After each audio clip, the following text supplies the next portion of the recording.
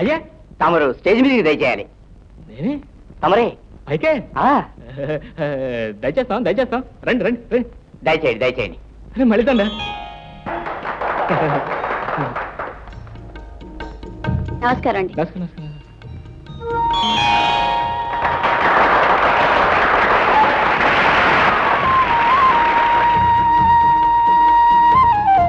మహాశైలారా, ఈ చిన్న కానుకను చంద్రుడికో నూలు పోగులా ఆమె గారికి బహుకరించవలసిందిగా గౌరవ అధ్యక్షుల్ని ప్రార్థిస్తున్నాం.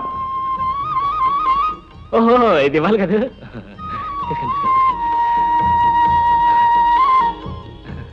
థ్యాంక్స్ అండి. తీసుకోండి తీసుకోండి. బాగుంది.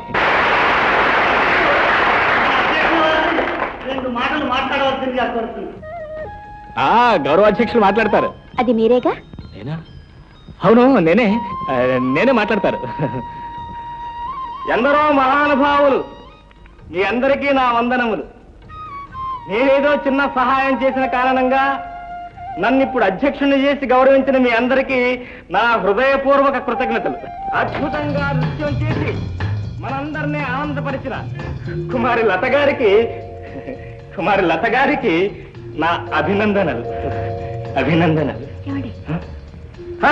మీకు కూడా నా అభినందనలు. మహాశైలారా, 2 లక్షల రూపాయలు ఈ శరణాలయానికి విరాళంగా ఇచ్చి తను చేసింది చిన్న సహాయం అనే శ్రీ రవికుమార్ గారిని ఆ భగవంతుడితో పోల్చడంలో తప్పు ఏమీ లేదంట.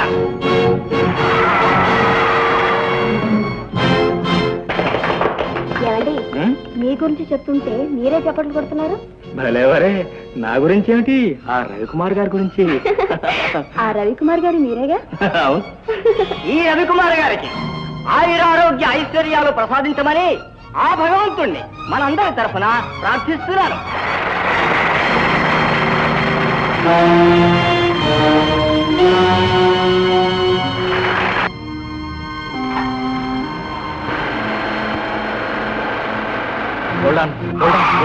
బాబు నీకు పుణ్యం ఉంటుంది.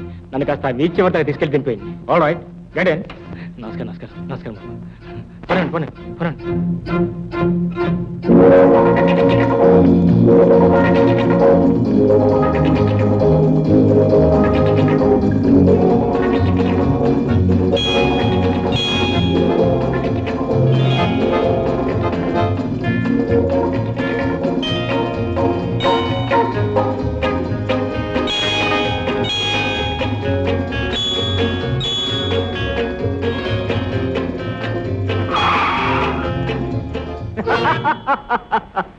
అమ్మ బాబోయ్, అసలు రవికుమార్ గారు మీరనమాటండి.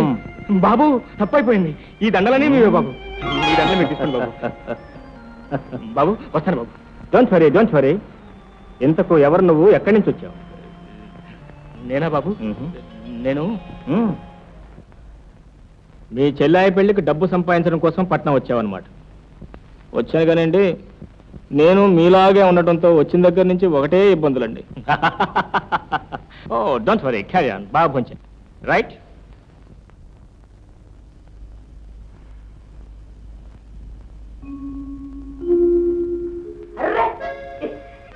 ఏంటండి బాస్, టైం టేబుల్ మార్చేస్తున్నారు మీరు. ఈ పార్టీకి కరెక్ట్ గా మందు కొట్టి మంత్రం సెటప్ లో ఉండాలి మీరు. అవును బాస్, అనాథ శరణాలయంలో లతమ్మ గారు ఏడు పిల్లలు డాన్స్ చేశారు నిజమేనా? ఎవరు గాయలాగా నీ ముగ్గుండ్రా.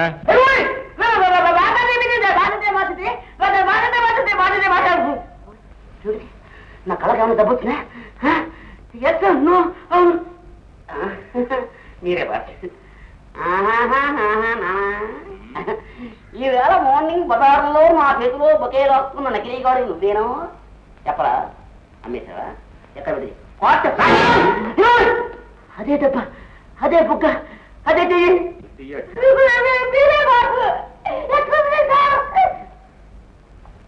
ఏనా చిన్న కుర్రాన్ని చేసి నా చేతిలో బొకే రాసుకున్నది నువ్వేనా? కోట పడుగులు రాయిపో.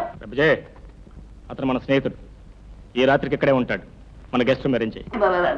అరేంజ్ చేయడం కోసం కాదు బాస్, మీలాంటి వాళ్ళే ఇక్కడ ఉన్నా అనుకోండి, ఎవరో తెలియక నేను తిరగ పడతానని నా అనుమానం. వస్తానండి. ఇప్పుడు ఏమవుతుందంటే ఓహో ఇదో సెటప్ ఉంది కదా, అప్పుడు బాగా తెలుస్తుంది. మీరు బాయ్ బాయ్. ఇంకా నువ్వు నాకు బ్రాంచ్ బాక్స్ అనమాట. మంచి రోజునే వచ్చావు, కంటిన్యూ చేయి. ఆరోగ్యమే ఉందరావు బ్యాంక్. బాగా ఫుడ్ కొట్టి బాడీ బాగా పికప్ చేయి. వాట్ అచ్చన్ నీలాగే మరొకడున్నాడా? ఉండటం కాదు దాదా, ఇప్పుడు ఈ క్షణం మన మెడలో నా గదిలో ఉన్నాడు.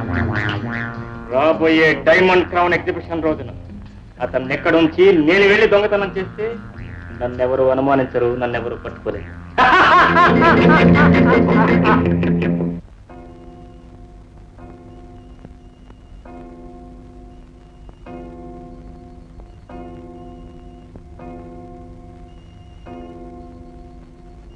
ఇంతకీ ఏమిట్రా నువ్వు అనేది? నాన్నగారు నన్ను క్షమించండి. ఏమైనా సరే ఆ అమ్మాయిని నేను పెళ్లి చేసుకోలేదు. రవి, నా మాట కాదనే అధికారం నీకు లేదు. నేను అన్ని ఆలోచించే నిర్ణయానికి వచ్చాను. లతను నువ్వు పెళ్లి చేసుకు తీరాలి. నాన్నగారు రవి, రేపు నేను ఊరెళ్తున్నాను. 10 రోజుల్లో తిరిగి వస్తాను. రాగానే లతతో నీకు నిశ్చితార్థం జరిపిస్తాను. నాన్నగారు నా మాట వినండి నాన్నగారు. నేను వెళ్ళాక నువ్వేదైనా అఘాయిత్యం తలపెట్టడం గానీ ఎక్కడికైనా వెళ్ళిపోవడానికి కానీ ప్రయత్నించవు. నీ చుట్టూ 10 మందిని కాపలా పెట్టాను. వాళ్ళ అనుక్షణం నిన్ను కనిపెడుతూనే ఉంటారు. గుర్తుంచుకో. Good night.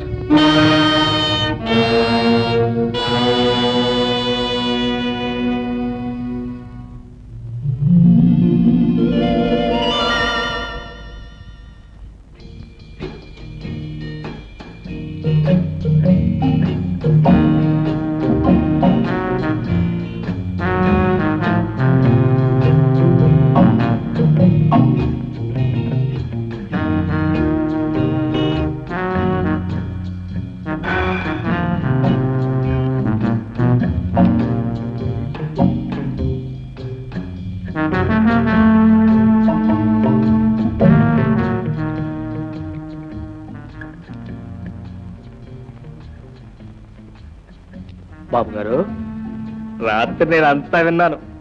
ఇష్టం లేని పెళ్లి చేసుకోవాలంటే ఎవరికైనా కష్టంగానే ఉంటుంది. మరి సరే, మీరు వేరే ఇంకో అమ్మాయిని ప్రేమించారా? అవును రాజా, పాలలా స్వచ్ఛంగా వెన్నెల్లా నిర్మలంగా ఉండే ఒక పల్లెటూరు అమాయకురాలను ప్రేమించాను. పాప అమ్మాయి నా మీద ఎన్నో ఆశలు పెట్టుకుని కళ్ళ కంటోంది. ఇప్పుడు వాటిని వమ్ము చేసి ఈ పోలీస్ ఆఫీసర్ కూతుర్ని ఎలా పెళ్లి చేసుకోగలను చెప్పు? నిజమే, ఎలా చేసుకుంటారు? పాపం ఆ అమాయకురాలి బ్రతికి ఏమైపోవాలి? పోనీ బాబు గారు, మీ నాన్నగారు వచ్చేలోపుగా మీరే వెళ్ళి ఆ అమ్మాయిని పెళ్లి చేసుకుని వస్తే? కరెక్ట్, నేను అదే ఆలోచిస్తున్నాను. ఆ 3 ముళ్ళు వేసేస్తే మమ్మల్ని ఎవరో విడదీయలేరు. ముందు మా నాన్నగారు నా మీద తన కష్టంగా అన్నా, ఆ తర్వాత వారే రాజీకి వస్తారు. అయితే మరి ఇంకా ఆలస్యందేని బాబు గారు, వెంటనే వెళ్ళి ఆ పిల్లని పెళ్లి చేసుకుని వచ్చేయండి. కానీ రాజా, నన్ను కనిపెట్టుండమని 10 మందిని నా చుట్టూ కాపలా పెట్టారు నాన్నగారు.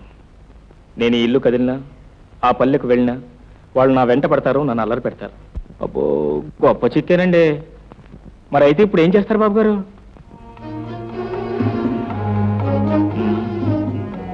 రాజా, నాకు ఆలోచన వచ్చింది. నీ సహాయం ఉంటే ఈ పెళ్లి తప్పకుండా జరుగుతుంది. నా సహాయమా? భలేవారే, ఏదో సరదాగా అంటున్నారు. కాదు రాజా, నిజంగానే అంటున్నాను. నువ్వు నేను కవల పిల్లలాగా ఉంటాం. ఎవరో తెలుసుకోవటం ఆ దేవుడి తరం కూడా కాదు. ఒక్క వారం రోజుల పాటు నువ్వు నా స్థానంలో ఉన్నావంటే నేను వెళ్ళి ఆ అమ్మాయిని పెళ్లి చేసుకుని వస్తాను. బాబు గారు, రాజా, కాదనకు. నువ్వు ఎక్కడుంటే నా చుట్టూ కనిపెట్టున్న మనుషులు నిన్ను చూసి నేనే ఇక్కడ ఉన్నానని భ్రమపడతారు. ప్లీజ్ కాదనకు. బాబు గారు, చాలా మోసం కదండి. పైగా నాకు చాలా భయంగా కూడా ఉంది.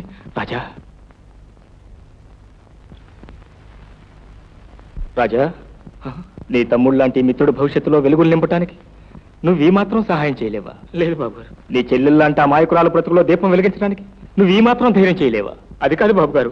రాజా, ఆమెను నీ చెల్లెలుగా భావించి ఈ సహాయం చేయి.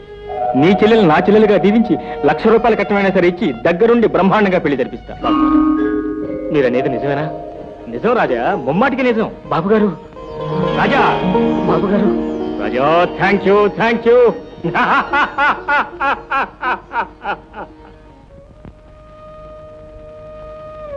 అదేటమ్మా అలా ఉండిపోయావు? ఏం లేదమ్మా, అన్నం తినడం లేదే? ఆ పిచ్చి విధవ జ్ఞాపకం వస్తే అన్నం సహించదమ్మా. అసలే అమాయకుడు, అందులోనూ వెళ్ళింది పట్నం. ఇప్పుడు ఏం తింటున్నాడు, ఎలా ఉన్నాడు?